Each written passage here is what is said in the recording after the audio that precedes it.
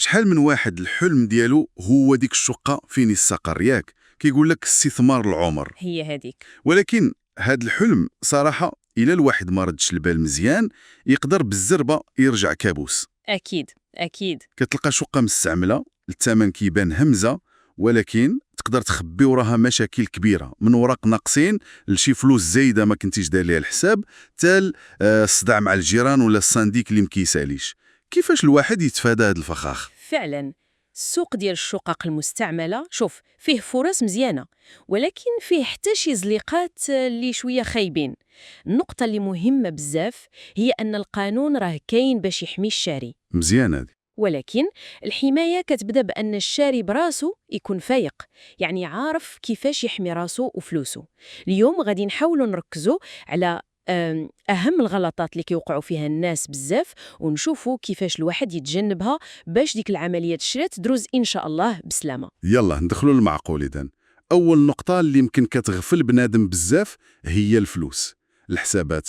الواحد كيشوف ديك الثمن ديال الشقة صافي كينسى داكشي اللي تابع. بالضبط، هذه يمكن من أكبر الأخطاء، أخطاء كلاسيكية كاع. خاص ضروري الواحد يفسب المصاريف اللي كتجي فوق الثمن اللي اتفق عليه. بحالاش هاد المصاريف؟ عندك أولاً مصاريف التسجيل، هذه بوحدها تقدر توصل حتى ل 4% من ثمن الشقة. 4%؟ إيه، زيد عليها المصاريف ديال المحافظة العقارية، هذيك 1.5%، زائد شي رسوم ثابتة قليلة.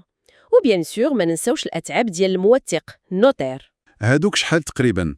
غالباً كيكونوا بين 1% و 1.5% من الثمن، وكتزاد عليها التيفيا، الضريبة على القيمة المضافة، وشي مصاريف أخرى ديال الملف عند النوتير. يعني في المجموع هادشي كامل يقدر يوصل لواحد 7%، ممكن حتى 8% زايدة فوق الثمن الأصلي ديال الشقة. 7 ولا 8%؟ راه مبلغ هذا ماشي سهل. يلا عطينا شي مثال بالأرقام باش توضح الصورة أكثر. واخا ناخدو مثال بسيط، شقة مثلا شراها الواحد ب500 ألف درهم، نص مليون. واخا. خاصو يكون موجد ليها زيادة على ديك 500 واحد 35 ألف درهم أخرى على الأقل. هذه غير ديال هاد المصاريس اللي دوينا عليها. فهمتك، يعني 3 مليون ونص زايدة تقريبا. وبزاف د الناس للأسف ما كيدخلوش هاد المبلغ في الحسابات الأولية ديالهم، حتى كيوصل عند النوتار عاد كيتصدم، ويقدر هادشي كيف ما قلتي يفركش ليه البيعة كاملة. إذا هذه نقطة مهمة بزاف، الحساب يكون مضبوط من الأول. من بعد هاد الحسابات كاين الجانب القانوني اللي هو يمكن الأساس. كنهضروا هنا على العقار واش محفظ ولا لا. شنو الفرق اللي بصح مهم والتأثير ديالو على الشاري؟ هادي أخطر نقطة، وخاص الواحد يرد لها البال مزيان. العقار المحفظ شنو هو؟ هو اللي عنده تيتر ديالو، التيتر يعني الرسم العقاري ديالو مسجل في الوكالة الوطنية للمحافظة العقارية ANCCC. هاد التيتر كيعطيك ملكية اللي هي نهائية، محمية بقوة القانون، حتى شي واحد ما يقدرش يجي من بعد ينازعك فيها. صافي، الملكية مضمونة. أما العقار غير المحفظ، هداك اللي كيسميوه الناس ملكية ولا عدلية، هنا فين كاين الخطورة الكبيرة. وفين كتجلى هاد الخطورة؟ يعني شنو المشكل بالضبط اللي يقدر يوقع؟ المشكل هو أن ديك الملكية ماشي نهائية ومضمونة 100%. يقدر في أي لحظة يبان لك شي وريث قديم، شي واحد من الماضي البعيد، أو لا شي واحد كيدعي بأن عنده حق في الأرض اللي مبنية عليها الدار أصلاً، وتدخل في متاهات ديال الدعاوي والمشاكل في المحاكم اللي تقدر تبقى فيها سنين. صداع الراس بصح. وبزاف. وزيد عليها البنكة صعيب بل مستحيل تقريبا تعطيك كريدي باش تشري عقار غير محفظ، وحتى إلا بغيتي تبيعه من بعد كتلقى صعوبة كبيرة بزاف. داك الثمن اللي كيكون ناقص بزاف في العقار غير المحفظ راه ماشي همزة كيف كيحسب البعض، لا راه هو الثمن ديال ديك المخاطرة اللي شاري واخد على كتافه. النصيحة الذهبية هنا، طلب الرقم ديال التيتر وسير تأكد بنفسك، ولا من الأحسن عن طريق الموثق ديالك من شهادة الملكية مباشرة من المحافظة، وشوف واش ما عليها حتى شي تقييد، شي حجز أو رهن. وما عمرك أبدا تيق في شي نسخة قديمة ولا فوتوكوبي كيدور بها البياع. معلومة فعلا مهمة هذه بزاف. ندوزو دابا للمعاينة نشوفوا الشقة براسها، يعني ماشي غير ندخل أضرب توليلة خفيفة ونخرج. أكيد لا، هذا غلط شائع آخر. المعاينة السطحية اللي كتركز غير على الزواق، الصباغة، الفينيسيون الظاهر. داكشي اللي كيبان. هو هذاك.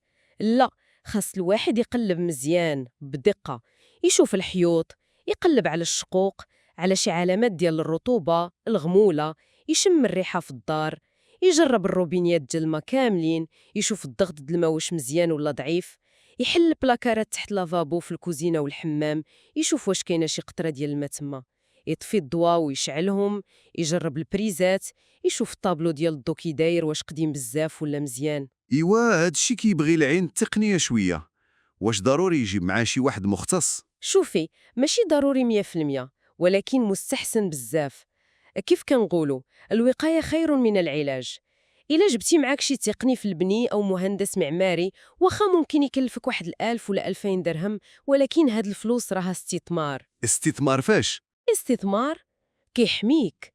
يقدر هاد الخبير يكتشف لك شي عيوب اللي مخفية في شي قادوس ديال الماء مهرس وسط الحيط، شي مشكل في الضوء اللي ما باينش، أو حتى في البنية ديال العمارة ككل، شي حاجة اللي كنتي غادي تخسر عليها من بعد عشرات الآلاف ديال الدراهم باش تصلحها.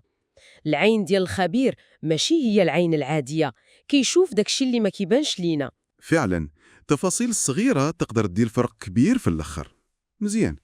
كاين شي جانب آخر الناس كيغفلوا عليه ويقدر يخلق ليهم مشاكل من بعد ما يشريو؟ كاينه واحد النقطة اللي كتمس الحياة اليومية ديال الواحد في العمارة، وللأسف كتنغص العيشة على بزاف د الناس. هذه هي قضية اتحاد الملاك، أو كيف كنعرفوه كاملين السانديك. السانديك. الواحد كيكون مركز على الشقة ديالو والفينيسيون ديالها، وينسى يسول على العمارة ككل كيفاش مسيرة. هاد العمارة خاص يعرف شكون هو هاد السانديك، واش الناس كيخلصوا الواجبات الشهرية ديالهم بانتظام، واش كاين شي كريدي على العمارة ما مخلصش، واش كاينه الشفافية في الحسابات ديال السانديك، ويطلب يشوف آخر محضر ديال الجمع العام ديال الملاك. مهم بزاف يعرف فين غادي يحط رجله. بصح هادشي ديال السانديك مهم لهاد الدرجة؟ يعني يقدر يأثر على الشقة ديالي؟ طبعاً، ومهم بزاف. حيت تقدر تشري شقة كيف قلنا غزالة مفينية على حقها وطريقها، ولكن تلقى راسك عايش في عمارة السانديك ديالها إما فاشل، أو فيه مشاكل ديال الشفافية والنزاهة، أو لا ما كاينش كاع. وشنو النتيجة؟ النتيجة كتلقى المصعد لاسانسور ديما خاسر، النظافة ديال الدروج والمداخل والو، البولات محروقين، المشاكل بين الجيران على المصاريف ما كتحبسش. هادشي كامل كيأثر على راحتك النفسية اليومية، وكيطيح حتى من القيمة ديال الشقة ديالك إلا بغيتي تبيعها من بعد. راه الواحد فاش كيشري سكن راه كيشري حتى راحة البال، ماشي غير الحيوط. عندك الحق. وهنا فين كيبان الدور المحوري ديال الموثق، ولكن الموثق اللي كيختار الشاري بنفسه، ماشي اللي كيفرضوا عليه البياع. الدور ديال الموثق راه ماشي غير يكتب العقد وصافي. لا. الدور ديالو أهم من هكا، هو يتأكد من هاد الشي كامل قانونياً وإدارياً، يسول على وضعية السانديك، يتأكد من خلو العقار من أي تحملات، وكيحمي فلوس الشاري عنده حتى يتسلم شهادة الملكية الجديدة ديالو نقية وما فيها حتى مشكل. إذن الخلاصة ديال هادشي كامل كتبان واضحة. شراء شقة مستعملة خطوة كبيرة، خطوة مهمة، وخاصها بزاف ديال التحري والتدقيق، من الحسابات اللي مخفية للوراق القانونية والتحفريض، للمعاينة التقنية الدقيقة، وحتى الوضع ديال العمارة والسانديك. والاستعانة بالخبرة سواء التقني أو الموثق ماشي شي حاجة زايدة أو طرف، راها ضرورة أساسية. تماماً، هو استثمار العمر كيف قلتي في الأول، وخاص الواحد يعطيه حقه في البحث والتدقيق قبل ما يحط فلوسه.